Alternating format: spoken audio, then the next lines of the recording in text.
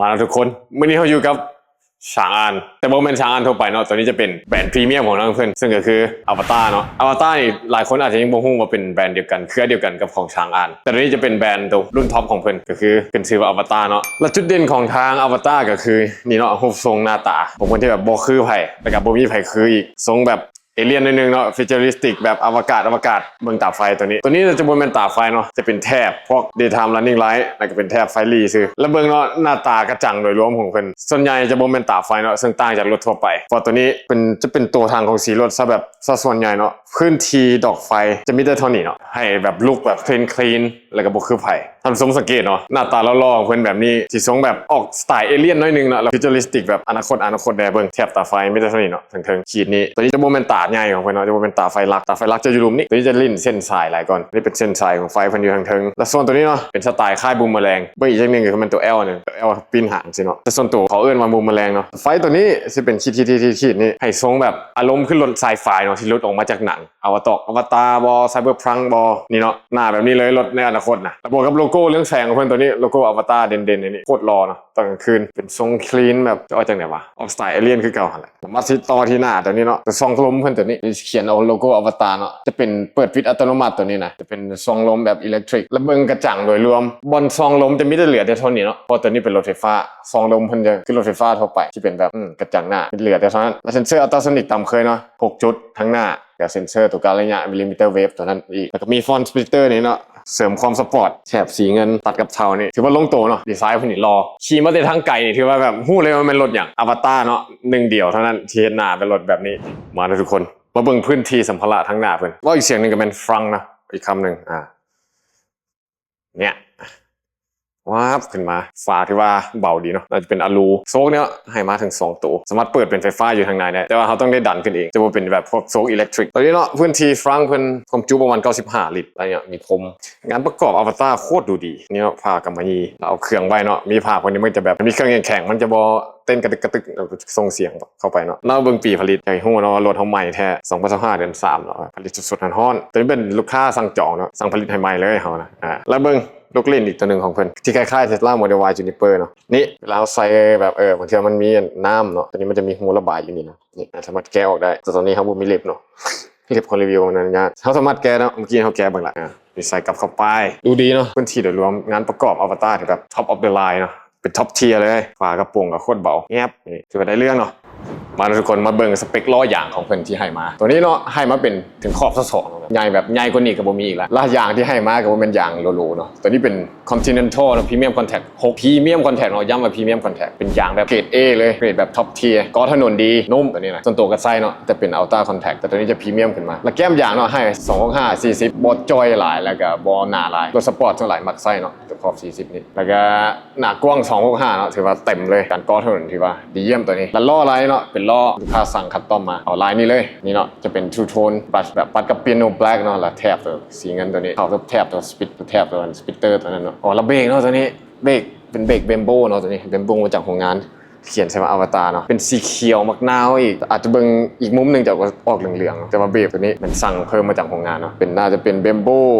6พอร์ตเนาะตัวนี้น่าจะเป็นพานาเมล่าหรือบอกกับ18 19 Z ประมาณนี้คือว่าให้มาดีเนาะจัดเต็มตัวนี้สเปคล้อยางเบรกแล้วมาต่อที่จุดเด่นด้านข้างตัวนี้เนาะตัวนี้จะให้มาเป็นเซนเซอร์มิลลิมิเตอร์เวฟเนาะกับพร้อมกล้องข้างหลังนี่เฮ็ดเป็นทั้งบายสปอตเนาะแล้วก็เป็นทั้งกล้องแบบแยงข้างหลังโดยตรงแล้วยังมีตัวนี้กล้องข้างนี่อีกเนาะบ่ฮู้ว่าจะให้กล้องมาหลายอย่างขนาดนี้ แต่กันนั่นแหละความแอดวานซ์เรื่องระบบสวยขาวของเพิ่นเนาะตัวนี้ใช้Huawei ADS นะกล้องอ้อมคันนี่10กว่าตัวต่อกล้องนี้กล้องลุมแบนนี่แยงไปทางนั้นกล้องนี้เนาะกล้องเบื้องข้างนี่เวลากล้องถอยมันอยู่ตัวนี้แบนตัวนี้จะเป็นพับ Electric Fold เนาะตามปกติเลยดีไซน์ก็ถือแบบโอเคเนาะมันจะมีอีกเวอร์ชันนึงที่เป็นกล้องเลยแต่ตอนจะเป็นอยู่ใน Avatar 12ตัวนี้เป็น11จะเป็นกล้องเป็นแว่นทั่วไปอยู่By Spot Monitoring มีมาให้ตัวนี้เนาะมาต่อทางนี้ตัวนี้เป็นมือเปิดประตูเพิ่นซึ่งเราสามารถแตะเบาๆสิเพิ่นก็จะเปิดออกมาและตัวนี้เนาะเป็น Electric Open จะบ่แม่นแบบเขาจะบ่แม่นแบบแค่ดึงประตูออกมาตัวนี้จะเปิดไฟฟ้าเนาะประตูเปิดไฟฟ้าอาจจะแตะเบาๆสิ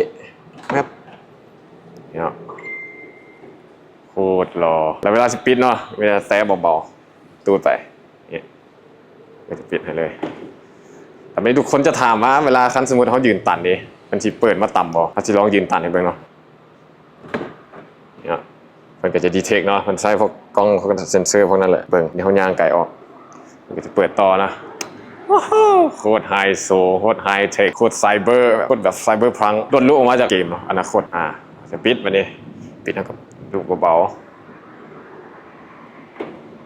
ซึ่งทริมประตูตัวนี้เนาะจะแถบจะบนมีครบโครเมียมเนาะจะเป็นตัวดำมาจากโรงงานเลยซึ่งการคุมโทนแบบนี้ส่วนตัวเราเบิ่งโคตรดูดีเนาะดำตัดเทาโคตรหล่อแต่ว่าตัวไซส์เกิร์ตพวกนี้จะเป็นแถบสีเงินให้คุมโทนกับตัวล้อเนาะที่ล้อที่เป็นทูโทนดำตัดเงิน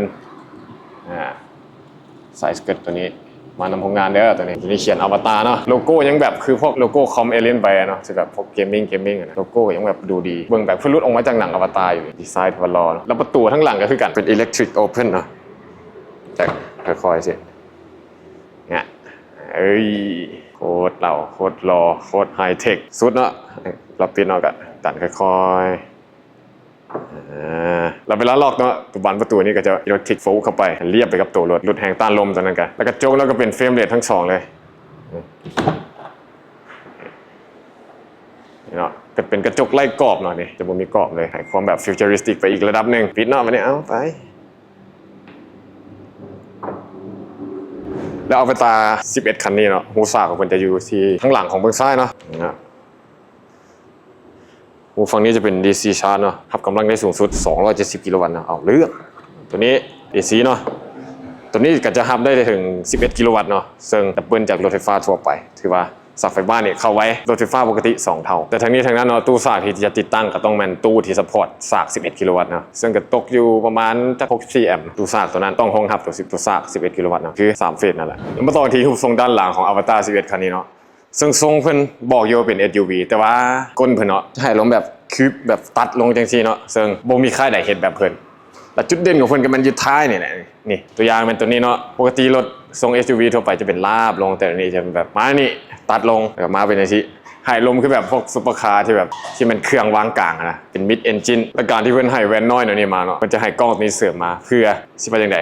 การเบิ่งทางหลังเนาะให้มันดีขึ้นพอตัวนี้มันแคบพอเบิ่งจากแวนทางในมาตัวนี้มันจะบ่ค่อยเห็นอย่างเนาะจะให้กล้องนี้เสริมทำมาไปเบิ่งแบบกว้างขึ้นแล้วก็สามารถปรับมุมได้น้อยนึงเนาะอยู่ข้างในจะให้เป็น Electric Viewfinder มาแล้วยังมาลงอีกมาหน่อยนึงเนาะตัวนี้เป็น Electric Spoiler เนาะซึ่งจะช่วยกดลดอายุตอนเบรกเนาะคือช่วยต้านลมลงมากดลดให้มันหยุดจำพื้นตอนนี้มันเฮาอยู่ในโหมดที่มันโซขึ้นเนาะซึ่งเวลาเบรกมันจะแฟบขึ้นอีกบัดนึงตอนนี้เวลาจอดโซนเนาะมีโหมดโซนอันนี้มาต่อกันที่ไฟเพิ่นเนาะส่วนตัวแล้วแบบเบิ่งแล้วโคตรหล่อดีไซน์อวตารถือว่าเด่นตั้งแต่ทั้งหน้าจนมาทั้งหลังเนาะไฟยาวแต่ซ้ายจะลดขวาจับมากับโลโก้แบชของเพิ่นตัวนี้สีเงินทำให้เป็นดำแห้งสีรอเนาะแล้วตัวนี้ไฟเบรกจะอยู่แถบนี้ตัวนี้จะเป็นไฟรีซื่อๆเนาะแต่ไฟเลี้ยวตัวนี้แน่นอนเนาะเป็น sequential light แล้วอยู่บนนี้ก็สิแม่นกล้องอีกตัวนึงของเพิ่นตัวจะเป็นกล้อง360องศานะกล้องถอยซื่อมือเปิดก็จะอยู่นี้แล้วจุดหนึ่งที่เด่นของไฟของทั้ง Avatar 11คันนี้ก็คือตัวนี้เนาะที่แถบยาวๆเป็นเส้นอย่างนี้ผู้ผมเป็นอย่างตัวนี้เป็นไฟถอยนะทุกคนไฟถอยแบบเชี่ยแบบอลังการที่บางทีหลายค่ายเถียงกันนะเป็นอย่างคือบ่ให้2ฟ้ามาเป็นอย่างคือบ่ให้มาแต่ฟ้าเดียวเจอตัวนี้เนาะเพิ่นให้แถบนี้แถบเดียวเลยกลางๆใหญ่ๆแบบบ่คือไผแล้วก็บ่มีไผคืออีก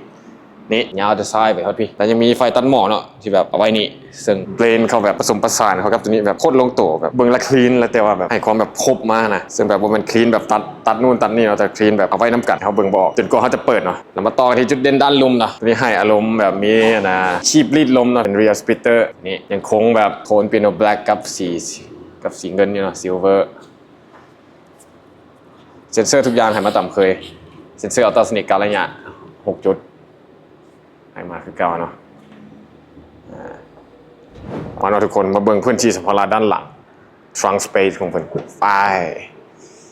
เล็กทิกซึ่งคือบอกเนาะ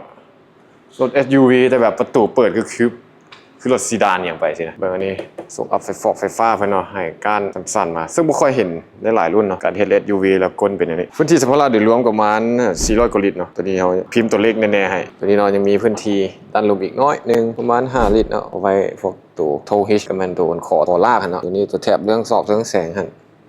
จุดไฟหมอกไฟตัว12โวลต์ของคันนี้จะอยู่ที่ตรงนี้เนาะเพิ่นจะไว้ข้างหลังนี่แบตที่ให้มายังเป็นแบตตะกัวเนาะไฟประมาณ40แอมป์เป็นแบตน้ำกรดอยู่เนาะซึ่งทุกคนสามารถเปลี่ยนเป็น LFP ได้ถ้าแบบบ่อยากมายุ่งเปลี่ยนเนาะคือคัน LFP แบบนั้นก็จะแม่น5 ปี 10 ปีขึ้นเลยบ่ต้องมายุ่งเลยกับทีนี้ปิดไปเนาะปิดกลับไปบุเป็นกำมะหยี่ให้ไปเลยแต่เบื้องนั้นเนาะก็เป็นดอกซับวูฟเฟอร์เนาะ ตัวนี้จะเป็นดอกเบสเพิ่นตัวนี้เนาะจะเป็นดอกซับวูฟเฟอร์ดอกเบสของเพิ่นจะไว้ที่ก้นรถแนวนี้มาเนาะทุกคนมาต่อที่จุดเด่นด้านในของเพิ่นวัตถุบานประตูที่เพิ่นใส่เนาะตัวนี้จะเป็นบุนุ่มเกินของเพิ่นเนาะแน่นอนเนาะลดราคาระดับนี้ต้องให้แนวนี้มาแท้ๆวัสดุหนังเนาะถือว่าดูดีนุ่มคุณภาพแบบคุณภาพครบพรีเมียมเนาะจับเบิ่งละนุ่มแล้วก็แบบเท็กเจอร์ก็ดีตัวนี้เนาะแอมเบียนไลท์เพิ่นแถบตัวนี้ซึ่งตัดมากับตัวสีนี้เขาห้องโรสโกลด์เนาะแมนสีทองดอกกุหลาบทางเทิงนี่จะเป็นสีกลมตัวนี้จะเป็นแดงเบอร์กันดี้เนาะถือว่าสีนี้มันลูกค้ามันสั่งมาพิเศษเนาะถือว่าดูดีเลยสีทองตัดแดงแล้วก็ตัดกลมตัวนี้เนาะตัดมามีแถบเป็นแบล็กมาหน่อยนึงตัวนี้จะเป็นปุ่มเปิดประตูตัวนี้จะเป็นปุ่มปรับบอลเนาะให้อารมณ์ขึ้นรถเบนซ์ปั๊บอยู่หันก็ได้ปั๊บอยู่ประตูก็ได้คือกันตัวนี้มาจะเป็นพวกปุ่มแบนขึ้นแบนลงเนาะเป็นซิงเกิลทัชเนาะบีบบัดเดียวลงจำเลยล็อกรถอยู่นี่ได้เลยจะเป็นทัชเซนซิทีฟเนาะนี่จะแตะเอามีบานดึงประตูเนี่ยนุ่มกระบอนไว้เครื่องบานประตูเด้ก็ถือว่าใหญ่อยู่ปั้นนึงเนาะทุกคนเสือใหญ่ๆก็ได้คือกันพวกแก้วเกตตี้ได้เบิดใส่ได้เนื่องจากตัวนี้จะเป็นประตูเปิดแบบไฟฟ้าซึ่งถ้าเวลาไฟเบิดเนาะมันจะมีปุ่มจะแบบเปิดทุกเสิร์นแบบเปิดอัตโนมือเนาะแบบเปิดแบบด้วยมือเนาะจะดึงแท็บตัวนี้ขึ้นแคปตัวนี้มันจะเปิดเคลื่อนประตูรถทั่วไปเลยจะเป็นฟีเจอร์ small feature ที่สำคัญเนาะเวลาสุดเสิร์นแล้วมาต่อกันที่วัสดุที่เพิ่นใช้ในตัวเบาะคนขับคันนี้เนาะโดยรวมถือว่ายังคุมธีมได้ดีเนาะหนังก็จะเป็นคุณภาพเดียวกันกับที่เฮ็ดพวกบานประตูพวกตับโล่นี่เนาะนี่น่าจะเป็นหนังแนปป้าเนาะสีเบอร์กันดี้สีแดงพร้อมตัดกับตัวนี้แถบสีกลมเนาะนี่บานประตูจะเป็นสีกลมคุมโทนเบิดคันเลยก็มีโรสโกลด์นี่เนาะให้แบบขับให้มักคือแบบโคตรดูดีหรูแบบลักชัวรี่ขนาดแล้วปุ่มตัวนี้เนาะจะเป็นปุ่ม Zero Gravity ที่สามารถบีบแล้วมันจะแบบบางเทื่อเนาะถ้าในรถดนๆสามารถบีบแล้วก็นั่งได้ไปเลยอันนี้มันจะเป็นปรับตัวนี้เนาะปรับตัวดันขานี่เวลาแบบขับไปแล้วแบบจะให้ดันขาสวยได้คือกันอันนี้ปรับเปลี่ยนปรับเนาะได้เบิดตัวนี้เนาะจะเป็นปุ่ม Gravity Seat Zero Gravity Seatกดไปปุ๊บเนี่ยพวงมาลัยเพิ่นก็จะรับเข้าไปสามารถเป็นแบบเบาะนอนเนาะที่แบบเพิ่มความสบายขึ้นมาซึ่งตัวนี้เนาะจะให้มาทั้ง2ฝั่งเลยฝั่งนั้นก็เห็นได้คือกันซึ่งดีเนาะตัวนี้จะบ่ให้มาแต่แบบฝั่งใดฝั่งหนึ่งคือบางยี่ห้อแล้วมาเบิ่งความไฮโซของรถคันนี้เนาะเวลาอัดประตูเนาะเราบ่ต้องไปดึงอีหยังทั้งนั้นบ่ต้องบีบอย่างทั้งนั้นเหยียบแต่เบรกบ่ฮู้ว่าฝั่งนั้นสิลงมานำบ่แต่ก็ระวังเด้อมือกล้องจะเบิ่งนี่ปิดให้แล้วประตูฝั่งนี้เราสามารถปิดผ่านเจาะได้คือกันซึ่งอันนี้เนาะครับไฮโซเปิดก็ได้คือกันเนาะเปิดก็ได้คือกันเข้ามาเลยครับเขามานั่งในใจเพิ่นก็ได้เลย นี่เนาะสามารถคุมผ่านเจาะทุกอย่างได้เลยทุกคนสังเกตมึงพวงมาลัยนี่เนาะอันนี้เลยคุม3สีคุมโทนคือเก่าของเพิ่น1เนาะก็สิเป็นสีกลมนี่2มาเนี่ยก็เป็นสีโดโรสโกลด์3มาก็เป็นสีเบอร์กันดี้เรดนี่ซึ่งโลโก้อวตารนี่เนาะจะเป็นสีทองโรสโกลด์เนาะโดยรวมถือว่าแบบโคตรดูดีแล้วแมททีเรียลในการใส่ก็เช่นเคยเนาะดูดีแล้วยังมีจอทั้งนี้ 10.28 นิ้วเนาะจอแบบพัสเตอร์ดิสเพลย์เนาะจอหน้าปัดและภาษาลาวยังมีกล้องตรวจจับความเมื่อยเวลาเฮานอนมันก็จะเตือนนั่นเตือนนี้เวลาเฮาแบบลิ้นโทรศัพท์มันก็จะเตือนเนาะตัวนี้เป็นการปัดน้ำฝนออโต้เนาะเขาเซตไว้ออโต้แล้วก็แล้วซีทบอกซีทแวนฟังนี่ยิงตาซอกตาสูงก็อยู่นี่ตัวนี้จะเป็นก้านเกียร์เนาะในสไตล์คือรถเบนซ์ปัดขึ้นกับแมนปัดลงกับแมนเข้าเกียร์ถอยเนาะตัวนี้จะเป็นพวกเรื่องระบบสวยคำเนาะฟังนี่อีกฟังนี้จะเป็นพวกเน็กเพลงเสียงเคาะเสียงขึ้น voice control voice assistant เนาะเอิ้นมาได้อยู่นี่นี่จะเป็นภาษาจีนด้วยความที่เป็นหลังคาแก้วเนาะจะให้ตัวนี้แยกมาแบบเบิ่งอีกอารมณ์นึงก็คือจะแบบลอยคนละอันกันกับตัวนี้เนาะแต่ว่านี่เป็นบนบังแดดของเพิ่นซึ่งสามารถย้ายมานี่ได้ย้ายมีได้คือรถปกติเนาะตัวนี้ก็จะมีจกด้านคนขับแล้วก็มีไฟแนะนำมีไฟเพดานอันนี้เป็นแบบ touch sensitive แต่อยู่ดอกเลยไฟก็ประมาณ4ขาววอร์มไลท์เนาะจะเป็นขาวแบบเพื่อนห้องหมอตัวนี้ก็จะเป็นกล้องอีกตัวนึงเอาไว้บันทึกแบบข้างในห้องขับในห้องโดยสารเนาะมีอินฟราเรดมานำตัวนี้จะดีแล้วก็แวนตัวนี้เนาะที่บอกเนาะมันมีกล้องทางหลังนี่จะเป็น electric viewfinder นี่ซึ่งถ้าจะปิดก็ได้เนาะแต่ว่ามุมมันจะแบบแคบเพราะทางหลังแก้วมันแคบแล้วตัวนี้ให้เป็น electric viewfinder มาก็ดีนี่สามารถปรับได้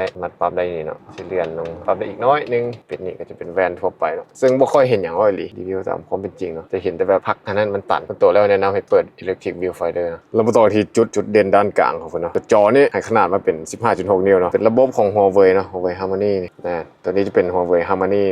ของทาง Huawei เลยเวอร์ชัน 4.0 เนาะแอปอย่างต่างๆก็สามารถลงได้ปกติผมเปิดประตูก็ได้ปกติเนาะอันนี้ต่อปิดประตูได้เบิดก็ปรับอยู่นี่เนาะปรับให้พัดไปพัดมาก็ได้คือกันตัวนี้นี่รีโมทสวิงจึงบ่ต้องแบบขี่ไปจะบ่ต้องแบบพัดใส่ตาแล้วตาสิแห้งให้มันสวิงไปสวิงมาเลยกันแยกฟังเนาะอันนั้นมักหนาวปรับเย็นๆได้อยากให้ซิงกันก็ได้คือกันเดี๋ยวสามารถกดซิง โอเคแล้วก็จะเป็นแอร์ตัวนี้เนาะแผงแอร์จะเป็นคือบอกแหละเมื่อกี้นี้จะวนสามารถปรับได้ด้วยนิ้วเนาะจะปรับผ่านนี้ตามสมัยนิยมของรถไฟฟ้าเลยปรับพันจอตูดขึ้นตูดลงจะเป็นแมนนวลไปเป็นมือเนาะต่อถัดลงมาเนาะคือเป็นบอลไวโทรศัพท์ซึ่ง wireless charge จะให้มาอยู่ฝั่งนี้นะมันจะติดป้ายห้ามเอา NFC ไว้เด้อห้ามเอาเหรียญไว้อย่างนี้ตัวนี้เป็นคัพโฮลเดอร์เนาะซึ่งเวลาบ่ใส่เขาสามารถเห็นมันซื้ออันนี้ได้ถ้าเวลาใส่ปุ๊บเราสามารถกดลงจะเป็นตัวเลือกเนาะทำบ่ใส่แล้วก็เดี๋ยวก็บีบขึ้นมาสิประมาณนี้ระบายไว้เครื่องทั้งกลางนี่ให้มาเนาะก็ถือว่าจะลึกพอประมาณเนาะกับบอลลึกหลายถือว่าก็ใส่เครื่องได้หลายอยู่ตอนนี้เนาะยังมีบอลฮู data นี่เป็น USB-A ฮู3ก็จะเป็น USB-C ก็มี socket outlet ตัวไฟ12โวลต์นี่แม็ก150วัตต์ได้คือกันให้มาบุกำมะหยี่ไปเลยช่วยดูดีแล้วนี่เนาะทุกคนยังมีตัวอุโมงค์ไว้เครื่องนี่ที่บุกำมะหยี่มาเนาะเท็กเจอร์โคตรดีว่าใหญ่อยู่เนาะใส่กระเป๋าสำหรับผู้หญิงแล้วทีนี้เนาะยังมีตับโลตัวนี้ซึ่งมันเลือกเติมเนาะใส่เครื่องได้หลายบุกำมะหยี่มาขนาดอันนี้ก็ยังแบบดูดีเนาะแบบบิวคุณภาพของอวตารป่ะได้เรื่องทุกคนเบิ่งดีไซน์ของอย่างว่าคอนโซลหน้าเนาะเบิ่งซึ่งตัวนี้ดีไซน์แบบอวกาศอีหลีนี่ถ้าใครบ่เคยเห็นรถอวตารจะเบิ่งแบบอีหยังปารถอันนี้มันคืออวกาศแท้เบิ่งจากไม้เนาะโค้งออกมาทางกลางนี่แถมยังมีไฟอันนี้อีกที่จริงเนาะอันนี้เป็นดับเบิลเป็นลำโพงแล้วมีไฟโชว์ทางกลางนี่อารมณ์แบบฟิวเจอริสติกแล้วก็นั่นแหละยานอวกาศเนาะใครมักก็คือเท่เลยแล้วตัวนี้นอกเครื่องเสียงที่เป็นให้มาเป็นแบรนด์ดังเลยตัวนี้เป็นของ Meridian เนาะเป็นแบรนด์ดังที่ใช้ในรถเบนซ์เนาะตัวนี้ก็ให้มาในรถคันนี้เบิ่งเนาะอาจจะปรับให้เบิ่งนี่ซาวด์กันเนาะจะขึ้นเป็น Meridian เนาะ Authentic ลำโพงตัวนี้10กว่าตัวเนาะให้มาแบบจัดหนักจัดเต็มจัดจ้านทุกย่านเสียงคือว่าดีเลยเบสนัดเสียงกลางเด่นเสียงแหลมคือแบบมีประกายเนาะโดยรวมคือว่าเครื่องเสียงคันนี้10 เต็ม 10บ่ฮักจะคะแนนลำโพง10กว่าตัวยังบ่พอเนาะยังให้ลำโพงอยู่หมอนนี่บอลนี้เนาะตัววางนี่ต่ำโฮมนี่เลยลำโพงตัวบอล headrest นี่ตัวบอลพักคอพักหัวเอาก็ยังให้มาเนาะตัวนี้มันดีสมกับเป็นรถพรีเมียมของทางช่างเนาะตัวนี้อัฟตาที่ว่าเฮ็ดกันบ้านเรื่องเสียงเฮ็ดเวกบ้านเรื่องเสียงได้ดีแล้วมาต่อติดจุดเด่นเรื่องบอลรถนี่เนาะซึ่งตัวนี้เป็นบอลเย็นทั้ง4บอลเลยแล้วกับดับเบิลเป็นบอลนวดพร้อมเนาะแล้วก็ยังมีZero Gravity Seatทั้ง2ฝั่งเลยทั้งคนขับแล้วก็ฝั่งข้างคนขับเนาะว่าให้มาครบขนาดส่วนหลายจะบ่ค่อยเห็นค่ายใดที่ให้แบบบอลเย็นมาทั้งแถวหน้าแล้วก็แถวหลังเนาะก็ยังมีนวดอีกนวดคือให้ทั้งแถวหน้าแล้วก็แถวหลังคือว่าบอลนวดนี่ปกติจะมีแต่รถที่แบบพรีเมียมเนาะซึ่งตัวนี้ช่างเราก็อยู่ในแบรนด์พรีเมียมนั่นแหละช่างอวตารเพิ่นก็ให้มาด้วยกันตัวนี้คือว่าครบจบเนาะว่าจะเป็นนวดว่าจะเป็นเย็นให้มาครบแล้วเบิ่งเนาะเบิ่งการสาธิตเนาะเปิด Zero Gravity Seat นี่ให้เบิ่งอันนี้มันเอาเป็น passenger เนาะข้างคนขับมาชัวร์ปั๊บเราสิแบบเวลาอยู่กับกับแฟนจากนั่งเบิ่งดอกเบิ่งดาวเนาะก็ได้คือกันมาบัดนี้มาถึงเวลาของฟังคนขับที่ใส่คือกันนี่เนาะสาธิตได้เห็นภาพเลย ได้ทั้ง2ฟังแบบโคตรจับแบบเบิ่งแล้วแบบโคตรชิลโคตรสบายทุกคนปั๊บเบาะเย็นปั๊บเบาะนวดไปแล้วแบบนั่งเบิ่งดอกเบิ่งดาวแต่ความที่มันเป็นหลังคาแก้วนั่นเองโอ้โหแบบโคตรดูดีนี่นะสิสบายนะนี่เลย มาเนาะเห็นภาพแล้วกันเนาะวันนี้กลับมาเราสามารถคุมพันจอนี่ได้ไปเลยนี่เป็นโพสเจอร์แบบเก่านี่ก็เป็นโพสเจอร์แบบเก่าเนาะทุกอย่างคุมพันจอแบบเป็นอิเล็กทรอนิกส์เลยไปเลยวงเล็บปั๊บขึ้นมาก็ยังเป็นไฟฟ้าเนาะความแบบพรีเมียมรีวิวไปรีวิวมาเริ่มติดใจเองแล้วเอาดีไว้เฮ้ยมาเนาะทุกคนมาลองเบิ่งความสบายของเบาะนั่งด้านหลังเพิ่นเบิ่งเล็กรูมเนาะ2กำปั้นส่วนตัวคนรีวิวสูงประมาณ1.82เนาะคือว่าเหลือได้นี่2กำปั้นครึ่งเนาะอันนี้ขนาดปรับแบบเป็นไซส์ของคนรีวิวเลยแต่ว่าคันเอาไปหน้าอีกก็แห่งเป็น3กำปั้นได้ง่ายๆเลยกว้างเนาะถือว่า กว้างเบิ่งอันนี้เล็กรูมเป็นแฟลตเนาะตามสไตล์รถไฟฟ้าอยู่แล้วและแอร์นี่ก็แยกเนาะให้มาทั้ง2ฝั่งเลยจะบ่ญาติกันเป็นตัวนะเป็นรุ่นนั้นรุ่นฮองเพิ่นเนาะ D4S05 ให้มา Rose Gold สี Rose Gold ตัดกับตัว Burgundy Red ดูดีปิดประตูเนาะอันนี้บีบปุ่มเลยเนี่ยยังเป็นไรเนาะตัดแถบตัวนี้แต่เทิงลงลุมตัวนี้สวยงามขนาดดีไซน์ที่ว่าแบบอวตารเนี่ยเอาเรื่องความงามก็ยังมีปั๊บตัวนี้เนาะปั๊บนวดปั๊บเย็นปั๊บห้อนนี่ได้ไปเลยนี่เวลาเขากดเนาะเบาะเย็นเบาะนวด เออว้า